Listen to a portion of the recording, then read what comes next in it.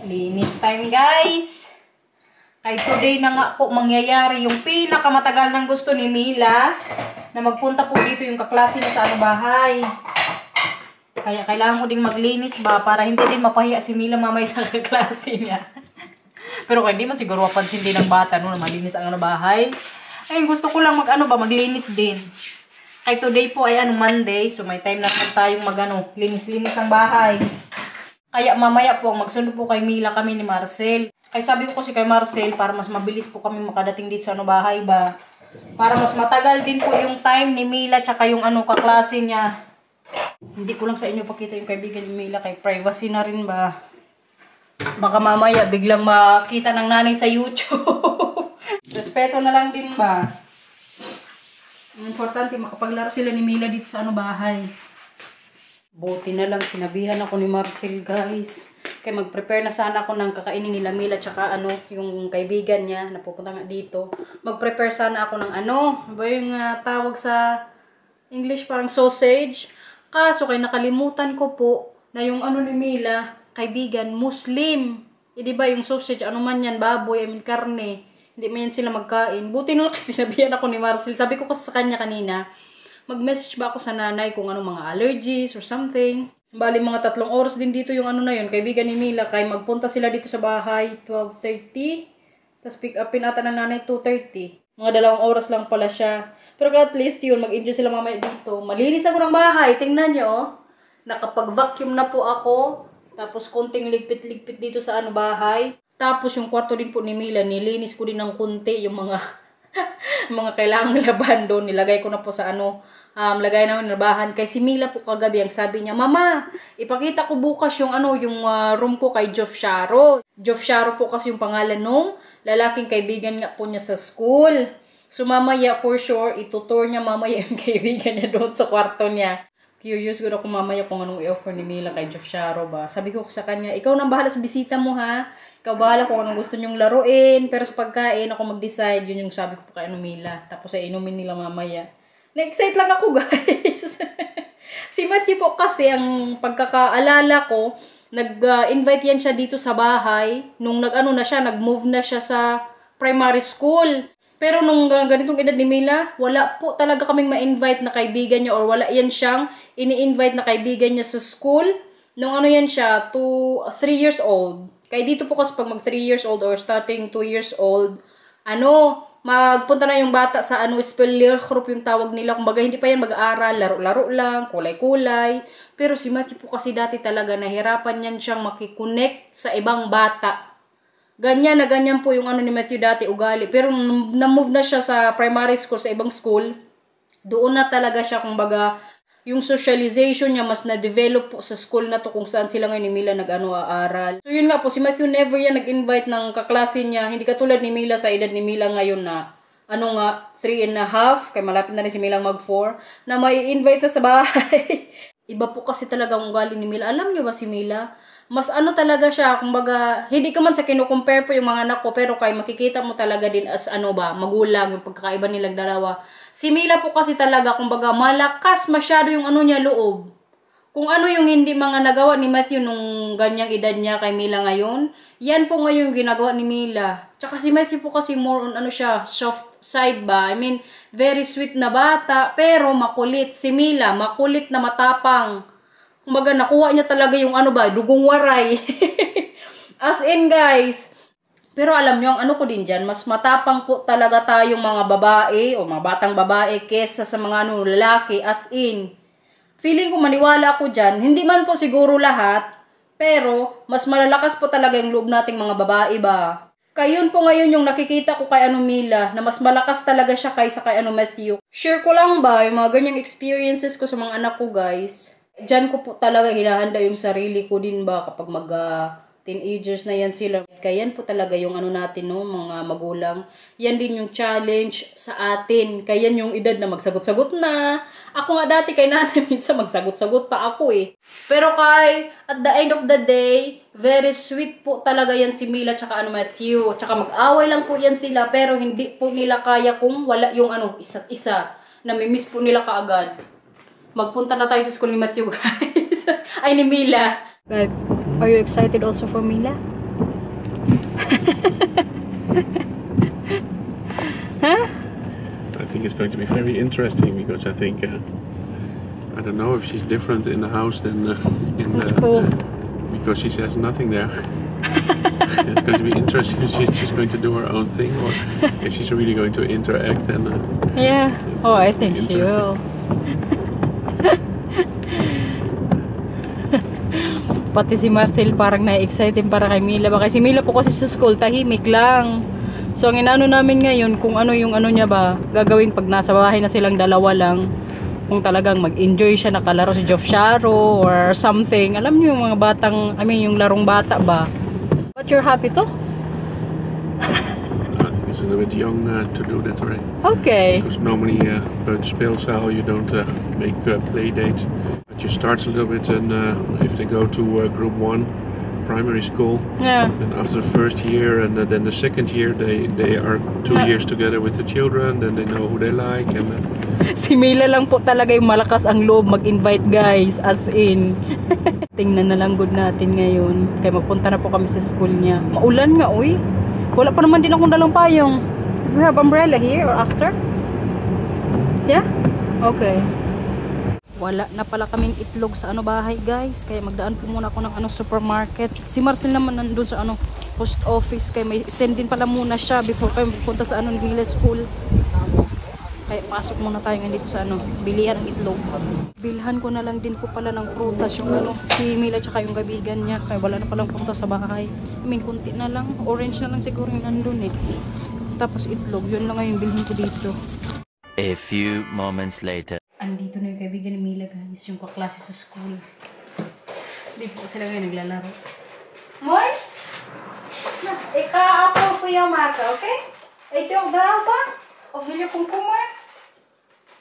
Nee? Deze wel? Oké. Ga dit voor je snijden, oké? Zo. Ga maar spelen daar. Mooi. Nilalaro niya ngayon dito yung kabakabahay sa ano bahay. Ayaw na magtilapay guys, kaya mag ano na lang to, apple. Buti na lang nakabilang ko nila sa supermarket, tapos yung itlog na. So wala na po kasi dito sa bahay.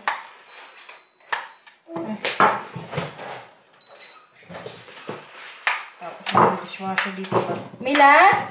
Mag-share na lang kayo ni Joff Sharo sa apple, okay? So, ma-eerst handwasser.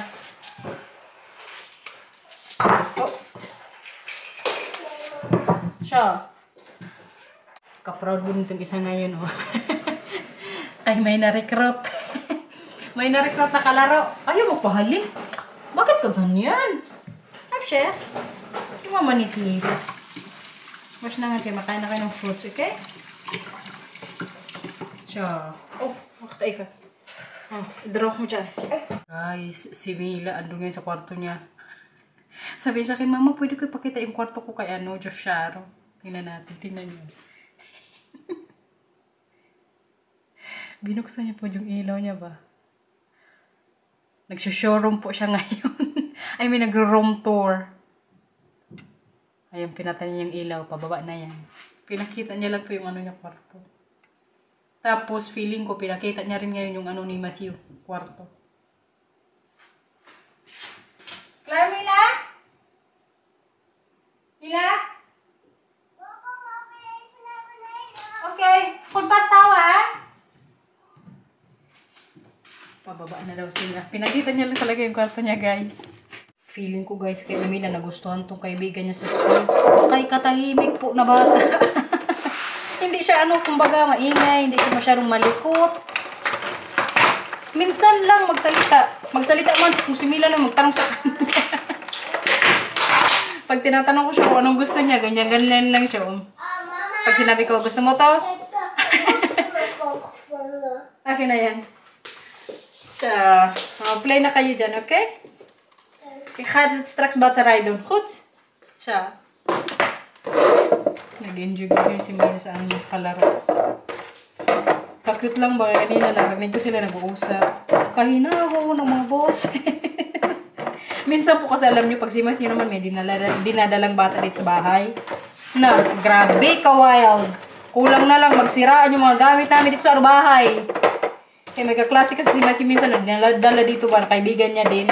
Pero kasi siguro sa edad din ba, ito kasi bata-bata pa, so medyo, kumbaga hindi pa siya masyadong wild.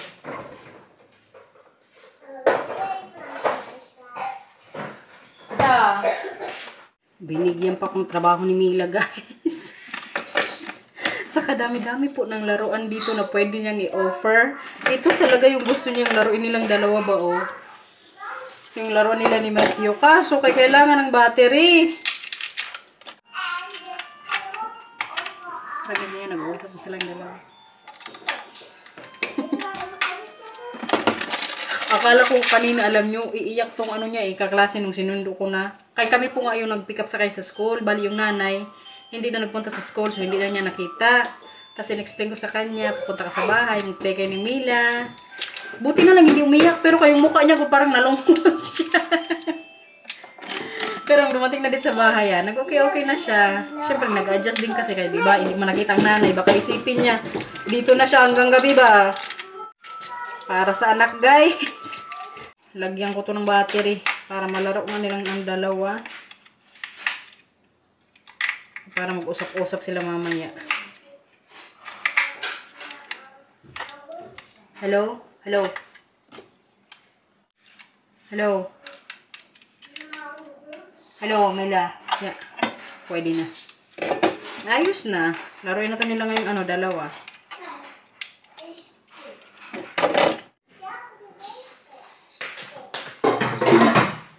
Naubos na nila yung apple na nilagay ko. Bigyan ko naman sila ngayon ng snack. Ito siya, guys. Cheetos. Wala pa siguro ito siya baboy. Cheese man lang siguro to. So, pwede siguro ko si Jeff Sharo. Mila? Dali mo na to dyan. Sa inyo to ni Jeff Sharo. Actually, dalawa kayo dyan, ha? Okay? Dahil na. Thank you, well. Binalik na yung lagay ng apple. Hi, kuya! Oh, bakit? Aral ikaw? Nag-review siya ngayon. Nakauwi na po pala yung kaibigan ni Mila. Mila, nag-enjoy ikaw? Ha? Fucking nag-review? Pag-i-invite ka ni Jeff Sharo sa bahay nila, gusto mo? Yeah? Pero ako, feeling ko, guys, hindi ko to si Mila payagan sa ibang bahay ba na makipaglaro. Hindi ko alam. Pagdating sa mga anak ko, mas gusto ko na dito sila sa bahay. I mean, mas gusto ko na sila na lang mag-invite ang mga kaibigan nila. Ay para nasusubaybayan ko din po. I mean, nakikita ko kung ano mga ginagawa nila. Hindi naman po sa wala akong tiwala ba. Halimbawa kung may mag-invite kay Mila. Yung sa akin lang, I mean, mas panatag lang po ako kung dito sila nga sa bahay. Si Matthew dati, may nag-invite sa kanya, pero once lang po yun nangyari. Siya din mismo kasi yung may ayaw. Mas gusto din po kasi ni Matthew na, dito na lang sila sa bahay maglaro. Kuya, akala ko mag-invite ka ng kaklase ngayong hapon. Yeah. Bakit? Drinkomi. Ha? Drinkomi. Sino? Drinkomi. Ay, bakit? Omdat ze allemaal naar deze hoek staan. Saan? Omdat ze allemaal naar deze hoek staan. Yun lang. May in-invite siya sa school. Pero kaya hindi daw pwede yung bata.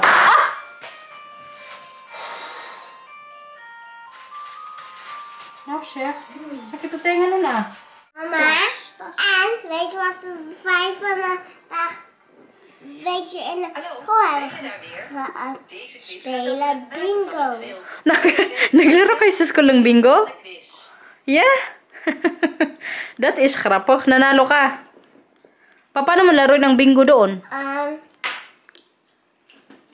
Die een kop heeft op een fiets. Die krijgt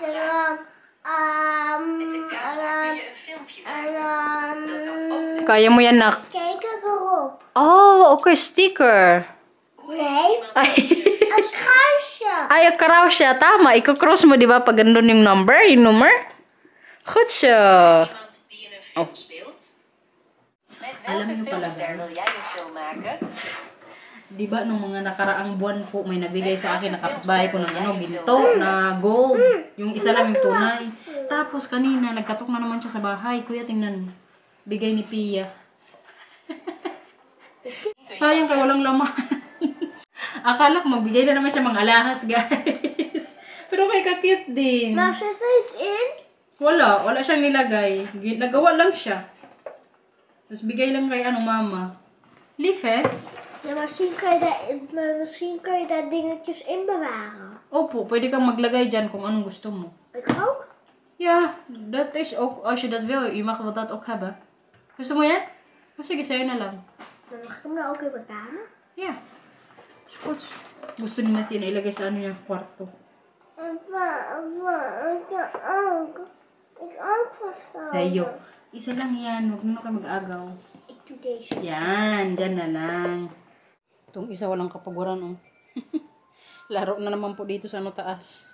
Dito po ko ngayon umila sa 3rd floor namin sa attic. Kaya ako tupi ng mga damit. Kaya grabe na kadami. Katakot guys. Natambakan na naman ako. Every week na lang talaga ako maglaba. Kaya kadami po laging labahan, oy. Sayang kasi yung oras ba. Mamaya pa naman ako mag-prepare ng namin dinner. Para matapos na itong mga tupiin natin ba. Ba, Mila? Anong nilalaro mo dyan? Kita nyo mga anik-anik dyan sa likod, guys. Collection po yun ni Marcel sa Disney. Every time kasi nagpupunta po yan siya sa Disney nung mga nakaraang taon. Siguro mga 10 years ago. Lagi yan siya magbili ng collection. What is that? Opo. Alam nyo guys, si Marcel, nung hindi ko pa yan namimit, pumupunta po yan siya sa Disneyland na siya lang. Alam nyo ba, before ko pa yan si Marcel mamit po, gustong-gusto ko na po makarating ng Disneyland. So, nung namit ko na nga yan siya, January 2017, tinanong niya ako, sabi niya, kung makakapunta ka dito sa Europe, saan at ano yung pinakauna mong gustong makita or puntahan? Sabi ko sa kanya kaagad, Disneyland sa Paris. Yan po yung unang-una sa listahan ko ba. Tapos tanong pa siya, saan pa? Gusto ko ding magpuntang Italy. Kaya gusto ko po makita yung Vatican ba. Tapos Switzerland, binensyon ko rin yun sa kanya. Kaya tinanong niya kasi ako So syempre, nagbigay din ako ng mga gusto kong puntahan. Pero hindi ko po alam na tututuhanin niya yung napupuntahan namin. Yung mga gusto kong puntahan. Nangyari, good yun siya guys. Nung unang bakasyon ko po dito, 2017 din yun. Kaya namit ko po, kasi si Marcel, January 2017. Tapos, unang meet namin sa Pilipinas, April yun. 2 weeks siya noon ata. Tapos, after naman po noon, ako naman po yung pumunta dito sa Holland. Kaya para mamit ko nga din po yung pamilya niya. At saka gusto niya po akong i-tour dito sa Europe. So, alam nyo ba, sa 3 months ko po dito sa Netherlands, kadami po naming napuntahan. I mean, lalong-lalo na ako kay first timer. So, gusto niyang ma-impress talaga ako sa Europe, guys. Pero pag sinabi talagang Europe, maganda talaga yung puntahan yan, di ba? Ang una po naming nun, pinuntahan, Italy ata. Ay, hindi, Germany. Nag-Heidelberg kami. 3 weeks ata or 4 weeks kaming wala niyan dito sa Holland. Kumbaga nag-stop na lang kami kay lang sasakyan. Kaya diba sinabi ko po sa inyo na si Marcel po talaga grabe po kahilig mag-drive. So nag-Heidelberg kami. Tapos pagkatapos nun, nag-Milan. Tapos from Milan, nag-Florence kami. Tapos from Florence, nag-Vatican. From Vatican naman, nagpunta rin po kami sa Verona. Kaya nagpunta po kami sa Venice, Italy. Tapos after nun, tsaka ata kami Disney. Tama ba? O huli na ata yung Disney kay kasama namin nun. Sila, Binan, tama. Huli pala yung Disneyland guys. Kumbaga, hindi po namin inisa. Sineparate niya po talaga yung Paris kasi very special nga yung Paris para sa akin. Kaya alam nyo ba, doon nga po siya nag-propose. Tapos kasama nun sila Binan. Nakwento ko to sa sa vlog ko na kung paano ko si Marcel na-meet. Pero kasi sa mga bagong subscribers po, yan po yung story namin ni Marcel. Tapos alam nyo ba, after Verona, nagpunta din po kami sa Switzerland. Dinala niya din po ako doon. Tapos nag-Innsbruck, Austria din po kami. Kadami kong napuntahan nung time na yun ba. Naalala ko lang ngayon. Nandito si Milanak. Diba, na-share ko tuloy sa inyo yung una kong experience po dito sa Holland. So, yun na nga, ang nangyari na yung about sa Disneyland, naalala ko, huli pala yun kasi doon po sa akin si Marcel nag-propose sa front po ng Eiffel Tower. Kay gusto ko po talaga din ma-witness yung, alam niyo yung magpailaw-ilaw sa Eiffel Tower. So, tinapat niya po talaga yung time na yun kasi ang pagkakaalala ko 9 PM or may oras po yun siya na mag-ilaw-ilaw. So, nung nag-start na po yung pa-blink-blink nga, yung pa-ilaw-ilaw sa Eiffel Tower, doon po siya nag-propose, guys. Tapos, ang nag-video-video pa nun si Bianan. Kaya nandun nga sila kaya para ma-witness din. Ganun din po ka-supportive yung mga binan ko kay Marcel. Sa simula talaga, sinuportahan po talaga kami nila. Kaya very thankful tsaka grateful po talaga ako dyan sa mga binan ko. Sa simula hanggang sa nagkaanak po kami ni Marcel, nandiyan po talaga sila willing to give hands always po sa amin. Lalong-lalo na guys, nung nag-start din po ako mag-study ng Dutch language dito, si Papa po yung tagahatid sa akin sa school. Tapos yung mag-pick up sa akin si Marcel. Alam mo yung parang wala. Kaano ko lang, baka bless ko lang, kaswerte ko lang talaga sa pamilya din ni Marcel. Very supportive talaga. Tsaka swerte din sila sa akin. Kasi pag ko lang, di ba? Tsaka kabait ko din po kasi sa mga binan ko. Yan din yung isa sa mga gustong-gusto nga nila. So yan po yung storya nga nung 3 months ko dito sa Netherlands, guys. 2017 yun, nung unang-unang ko dito, bisita. Na-meet ko po lahat, family niya, friends, colleagues. As in, kumbaga, very open po talaga si Marcel sa simula't simula. Yan talaga din yung binilibang ko sa kanya. Kay, alam nyo, unang-unang message na sa akin sa WeChat, kay yun yung binigay niya sa aking app na doon talaga kami mag-usap. Kaya nag-meet nga po kami sa Asian Dating. So, nirecommend niya sa akin yung WeChat, doon na kami mag-usap, kaya yun yung gamit niya. Sa pinakaunang message niya po, alam nyo, grabe kahaba ng message niya. Kay kwento niya po lahat doon, yung about sa past niya. Kaya doon ko talaga na-realize na, totoo talaga tong taong to ba, kung baga honest. So, jowain na namin. Pero kung sa mga naghahanap po dyan ng mga afam din, guys, mag-ingat din po kayo. Kaya kumbaga, hindi din po lahat ng mga namimit nyo online ay totoo. Kumbaga, before po kayo makisama, kilalanin nyo po muna yung tao. Ingat-ingat na lang ba? Siguro ako, swinerte lang talaga ako sa asawa ko. Pati siya, swinerte din sa akin. Siyempre, masipag, waray, tapang. Kalain nyo yun, guys. Natapos din ako dun sa taas. Kadami kong naantupi. Gawa na naman po ako ngayon ng dinner. Productive na naman ang araw ngayon ba. Natapos ko po yung lahat ng tupiin. Grabe, kadami ko nun. So, ito po yung namin tonight. Food. Broccoli. Yan pinakakanin namin. At yung ham and cheese na sauce. At ang partner po, pinakaulam, chicken. Hindi ako naglagay ng oil. Kapogi naman ng gitarista dito, guys. Kantahan mo, syempre, kuya. Kanta. Kinderen, gaan we zitten. Sino kakanta? Sino? Kanta Camila, I know that you're wrong for me. Even wachten, niemand gaat zingen, want we gaan een leuk spelletje doen. Oh, hindi na pwedeng magkanta, guys. Kaya sira pala yung gitara. Maar je moet raden welk liedje dit is en ga ik beurtjes geven. En jou ga ik als eerste doen. Hindi, kaya na ni Mila. Kaya nyo na yan. Pa, stil zijn. Kain, everyone! Ang ginagawa dyan, Mila? Luto na po yung namin dinner. Po? Oh, goed zo. Naglagay din ako ng water sa inyo, kuya. Maar mama, ik heb nog wat extra. Want als het erop is, hoef je geen nieuwe meer te halen. Oké. Ik hou niet van vlees. Ik hou niet van vlees. Kunting chicken lang yan, kuya. Okay? Vlees nodig voor je spieren. Kailangan mo din yan, chicken. Ayaw nyo manok. Yan, broccoli, tapos may sauce at chicken. Healthy din yan, kuya, chicken. Nee. No, chef. Niks.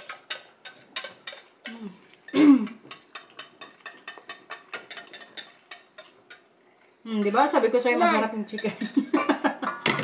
Wat nee. Ayaw niya mag-comment. Nee. Dat is chicken. Je gaat alles eten wat op je bord ligt. Dus als je uitspuugt, dan eet je ook dat weer op. Ha. Hindi yan baboy. Baboy. Baboy. Mag ik ook? Ikaw. Ikaw. Ano kaya? Sarap ng ano eh. Manok. Shamila. Yummy broccoli. Siya. Busog na ang lahat, guys. Babay na, babay na. Ay, ayusin pa ah. Babay na muna ko yan. Please like And subscribe. Thank you for watching. Busy na sila dito, guys. Bye-bye po. Thank you for watching.